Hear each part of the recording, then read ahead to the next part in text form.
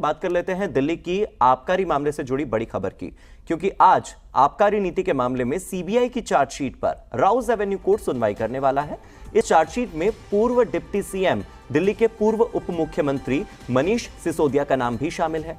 पिछली सुनवाई में राउज एवेन्यू कोर्ट ने सीबीआई को चार्जशीट की ई कॉपी सिसोदिया को देने के निर्देश दिए थे, क्योंकि सिसोदिया की ओर से कहा गया था कि उनके पास चार्जशीट नहीं है। तो ऐसे में सिसोदिया के वकील को सीबीआई की चार्जशीट की ई कॉपी देने के निर्देश कोर्ट ने दिए थे। अब इसके बाद मनीष सिसोदिया के वकील क्या तैयारी करके आए होंगे, इस चार्जशीट के खिलाफ उनके पास क्या दलीलें होंगी, यह आज देखने की बात होगी। और कौन सी दलील वो कोर्ट के सामने रखते हैं, ये जानना होगा। दूसरी तरफ यह भी जानने का विषय होगा कि सीबीआई ने चार्जशीट में मनीष सिसोदिया का नाम आखिर डाला तो डाला क्यों। आम आदमी पार्टी सार्वजनिक मंच से यह कहती है कि सीबीआई के पास या ईडी के पास कोई सबूत नहीं है, लेकिन क्या बगैर सबूत के चार्जशीट में उप मुख्यमंत्री पद पर बैठे किसी व्यक्ति का नाम डाला जा सकता था? क्यों उन्हें मंत्री पद छोड़ना पड़ा, क्यों उन्हें जेल में जाना पड़ा, क्यों उनके यहां पर बार बार रेड हुई, ये अपने आप में एक बड़ा सवाल है। तो दिल्ली आबकारी मामले में आज पूर्व डिप्टी सीएम मनीष सिसोदिया की कोर्ट में पेशी होने वाली है। सिसोदिया की सीबीआई मामले में आज न्यायिक हिरासत भी खत्म हो रही है। ऐसे में सिसोदिया को राउज एवेन्यू कोर्ट में पेश किया जाएगा। अब यहां पर दो चीजें हैं, दोनों ही चीजें मैं अपने सहयोगी राजू राज से समझ लेता हूं। राजू, एक चीज है कि राउज एवेन्यू कोर्ट में सीबीआई की चार्जशीट पर सवाल जवाब होंगे, और दूसरी चीज है कि सिसोदिया की आज कोर्ट में पेशी भी होगी, क्योंकि सीबीआई मामले में उनकी न्यायिक हिरासत भी खत्म हो रही है। दोनों मामलों को अलग अलग तरीके से समझाइए। बिल्कुल बता दूं कि मनीष सिसोदिया जो सीबीआई वाले आबकारी मामले में जो सीबीआई ने केस दर्ज किया था और इसमें मनीष सिसोदिया की गिरफ्तारी हुई है। और आज गिरफ्तारी के बाद पहले पूछताछ हुई, उन्हें रिमांड पर लिया गया और उसके बाद उन्हें न्यायिक हिरासत में भेज दिया गया। और न्यायिक हिरासत लगभग 2 से 3 बार जरूर बढ़ गया है। आज उनकी न्यायिक हिरासत की जो अवधि है वो खत्म हो रही है, इसलिए आज मनीष सिसोदिया राउज एवेन्यू कोर्ट में पेश होंगे, क्योंकि उनकी न्यायिक हिरासत बढ़ाई जाएगी। इसे लेकर वो कोर्ट में पेश होंगे। दूसरी जो सबसे महत्वपूर्ण बात है कि जैसे जैसे जांच आगे बढ़ी, जब मनीष राजू माफी के साथ आपको रोकना चाहूंगा। इस वक्त हम तस्वीरें दिखा रहे थे अपने दर्शकों को, जहां पर मनीष सिसोदिया दिखाई दे रहे थे। मनीष सिसोदिया कोर्ट में दिखाई दिए, वहां पर कोर्ट में जाते हुए सिसोदिया की तस्वीरें दिखाई दी थी। वो तस्वीरें हम अपने दर्शकों को दिखा रहे थे। पुलिस की सुरक्षा के बीच में मनीष सिसोदिया यहां पर दिखाई दे रहे हैं। और राजू मेरे साथ लगातार बने हुए हैं। राजू, माफी चाहूंगा, आपको बीच में रोकना पड़ा, प्लीज आप अपनी बात पूरी कीजिए। दूसरी बात है कि जब इस पूरे मामले की जांच आगे बढ़ाई गई, मनीष सिसोदिया से पूछताछ की गई, तो लगातार जो दलीलें हमने देखा, जो तमाम आर्गूमेंट्स, चाहे वो सीबीआई की तरफ से हो या फिर मनीष सिसोदिया की लीगल टीम की तरफ से हो, बार बार मनीष सिसोदिया की लीगल टीम की तरफ से, मनीष सिसोदिया की तरफ से ये बताया गया कि वो पूरे मामले में निर्दोष नहीं है। जो नई आबकारी पॉलिसी बनाई गई थी उसके तहत किसी भी तरह का भ्रष्टाचार नहीं हुआ, जबकि सीबीआई लगातार तमाम दलीलें दी गई कि किस तरीके से इस पूरे मामले में साउथ लॉबी को फायदा पहुंचाया गया। तमाम जो एक्सपर्ट की राय है उसे इग्नोर किया गया और एक ही जगह पर बैठकर उन तमाम लोगों को फायदा पहुंचाने की कोशिश किए गए जो इस पूरे मामले में जिनको टेंडर दिए गए थे, जिनको शराब का टेंडर दिया गया था। तो इस पूरे मामले में कुछ एविडेंस सामने आए। उस एविडेंस के आधार पर सीबीआई ने एक सप्लीमेंट्री चार्जशीट दाखिल की, जिसमें से मनीष सिसोदिया का भी नाम सामने आया था।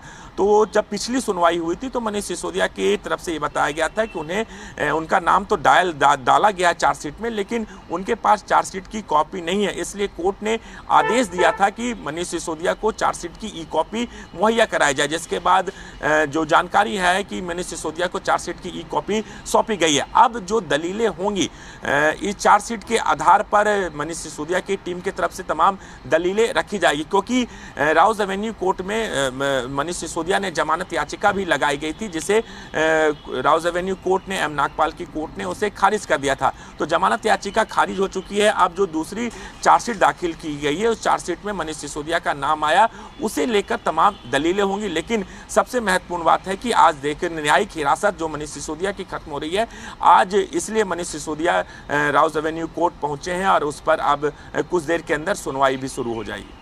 राजू, इसके अलावा मैं आपसे एक चीज़ और समझना चाह रहा था कि चूंकि आपने बताया कि ईडी का मामला हो या सीबीआई का मामला हो, दोनों ही मामलों में मनीष सिसोदिया की याचिका, जमानत याचिका यहाँ तो खारिज कर दी गई है।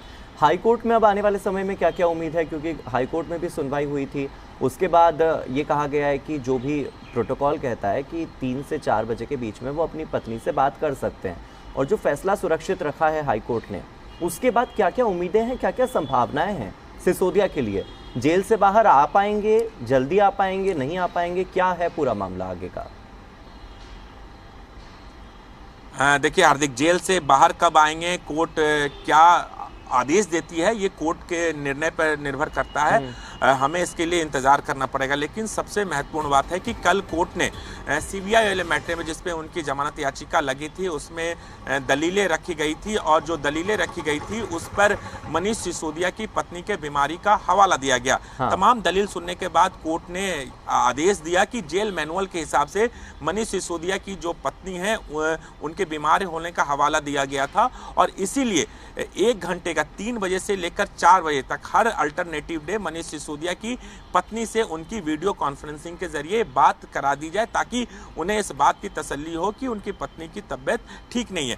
कल जब सुनवाई चल रही थी वीडियो कॉन्फ्रेंसिंग के जरिए, तो कोर्ट ने यह भी कहा था क्या उनकी हालत ज़्यादा खराब है, क्या वो अस्पताल में भर्ती हैं, तो उनके वकील की तरफ से ये बताया गया था कि अस्पताल में भर्ती नहीं है, लेकिन उनका इलाज इमरजेंसी में अक्सर चलते रहता है, क्योंकि उन्हें कई बीमारियां, और ये बीमारियां पिछले लंबे समय से चल रही है। तो इसलिए कोर्ट ने जेल मैनुअल के हिसाब से उन्हें हर अल्टरनेटिव डे 3 बजे से लेकर 4 बजे तक उनसे बात करने के लिए ये निर्देश दिया। उस आधार पर मनीष सिसोदिया अपनी पत्नी से बात कर सकते हैं। इसलिए कोर्ट ने अपना जो ऑर्डर है वो रिजर्व कर लिया। मान लीजिए अगर हम संभावनाओं की बात करते हैं, उन संभावनाओं के तहत एक संभावना ये भी बनती है कि अगर सीबीआई वाले मामले में मनीष सिसोदिया को जमानत मिल भी जाती है, तो तब भी वो जेल से बाहर नहीं आएंगे, क्योंकि उन्हें इंतजार करना पड़ेगा ईडी मामले में जो जमानत याचिका लगी है उस पर जब कोर्ट में सुनवाई होगी, और वो कोर्ट को कन्विंस कर सकते हैं, तो देखना होगा कि मनीष सिसोदिया को क्या कोर्ट से राहत मिलती है या नहीं। क्योंकि सत्येंद्र जैन मामले में हमने देखा कि जो मामला दर्ज किया गया था, उन्हें सीबीआई वाले मामले में, एक मामले में अगर जमानत मिली, लेकिन ईडी मामले में उन्हें जमानत नहीं मिली, क्योंकि पीएमएलए के तहत केस दर्ज किया गया था। तो तमाम चीजों को लेकर कोर्ट को देखना होगा कि कोर्ट का आदेश क्या आता है। इसके लिए थोड़ा इंतजार करना पड़ेगा, लेकिन सीबीआई वाले मामले में कोर्ट ने अपना फैसला रिजर्व रख लिया है, और इसीलिए उन्हें अपने पत्नी से बातचीत करने के लिए वीडियो कॉन्फ्रेंसिंग का 1 घंटे का समय भी दिया गया। राजू, अगर मैं राउज एवेन्यू कोर्ट की बात करूं तो यहां पर न्यायिक हिरासत खत्म होने पर न्यायिक हिरासत बढ़ेगी नहीं बढ़ेगी, चाहे ये मामला हो, चाहे चार्जशीट पर सुनवाई का मामला हो, या फिर जमानत का मामला हो, या फिर ईडी वाला मामला ही क्यों ना हो, ये सब एम नागपाल की बेंच के अंडर में ही आता है पूरा। देखिए राउज एवेन्यू की कोर्ट नंबर राउज एवेन्यू में कोर्ट नंबर एम नागपाल की कोर्ट है, जिस पर दोनों मामले की सुनवाई चल रही है। दोनों मामले में राउज एवेन्यू कोर्ट ने मनीष सिसोदिया की जमानत याचिका ऑलरेडी खारिज हो चुकी है। चूंकि आज न्यायिक हिरासत खत्म हो रही है, इसलिए मनीष सिसोदिया को पेश किया गया है, और निश्चित तौर पर आप बताइए कि जो न्यायिक हिरासत वो बढ़ा दे, क्योंकि जमानत पर उनकी सुनवाई तो है नहीं। हाँ। तो न्यायिक हिरासत एक बार फिर से उनकी 14 दिनों के लिए बढ़ा दी जाएगी। एक तो ये तरीका प्रक्रिया है, कानूनी प्रक्रिया जो लीगल टर्म्स है। दूसरा जो चार्जशीट पे कॉग्निजेंस लेने की बात थी, जिस पर यह बात बताया गया था कि उनके पास तो कॉपी ही नहीं है, तो कोर्ट ने आदेश दिया था कि उन्हें जो चार्जशीट की ई कॉपी दिया गया है। तो ई कॉपी देने के बाद क्या कॉग्निजेंस पर आज सुनवाई होती है, कुछ देर के बाद तय हो पाएगा। लेकिन इतना जरूर है कि फिलहाल मनीष सिसोदिया को कोर्ट से कोई राहत मिलने की उम्मीद ना के बराबर है। राजू, हम अक्सर देखते हैं कि जब भी मनीष सिसोदिया की पेशी होती है या सिसोदिया से जुड़ा कोई भी मामला कोर्ट में होता है, तो आम आदमी पार्टी हमेशा आक्रामक रुख में होती है। आम आदमी पार्टी हमेशा सड़क पर उतरी होती है, नारेबाजी हो रही होती है, जांच एजेंसियों पर सवाल उठ रहे होते हैं, बीजेपी से लेकर प्रधानमंत्री तक का नाम लेकर के उनके खिलाफ बयानबाजी हो रही होती है। आज किस तरह की हलचल है? हलचल है भी या नहीं है, ये तो बताइए।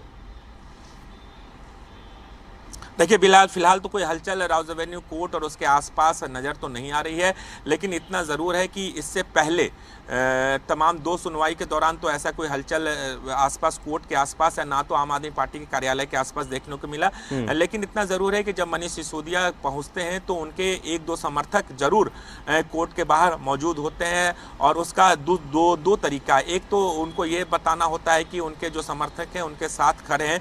दूसरा, चूंकि एक न्यायिक प्रोसीजर है, अगर कोई प्रोटेस्ट करना होता है तो इसकी जानकारी आपको निश्चित तौर पर पुलिस को भी देनी होती है, ताकि पुलिस को लॉ एंड ऑर्डर देखना पड़ता है, जो ट्रैफिक डिस्टरबेंस होता है उसे देखना होता है कि अगर कोई भारी संख्या में अगर समर्थक इकट्ठा हो जाते हैं तो ट्रैफिक को डाइवर्ट करना पड़ता है, तो तमाम जानकारी देना पड़ता है। ऐसी कोई जानकारी फिलहाल दिल्ली पुलिस को नहीं दी गई है, लेकिन राउज एवेन्यू कोर्ट के ठीक साथ में ही वहां पर आम आदमी पार्टी का कार्यालय भी है, इसलिए कार्यालय पर अक्सर तमाम जो समर्थक होते हैं वो मौजूद होते हैं। इसलिए जब मनीष सिसोदिया को कोर्ट लाया जाता है तो कुछ समर्थक उनके कोर्ट के बाहर भी आते हैं, और कुछ ऐसे जो नेता हैं, कार्यकर्ता हैं, जो वकालत के पेशे से जुड़े हुए हैं, वो कोर्ट रूम में पहुंचते हैं, ताकि मनीष सिसोदिया को जो हिम्मत है ये तमाम चीज़ें उन तक पहुंचती रहे, और इससे पता चलता है कि पार्टी आपके साथ लगातार खड़ी हुई है। बिल्कुल, जब समर्थक पहुंचते हैं तब ये पता चलता है कि पार्टी आपके साथ लगातार खड़ी है,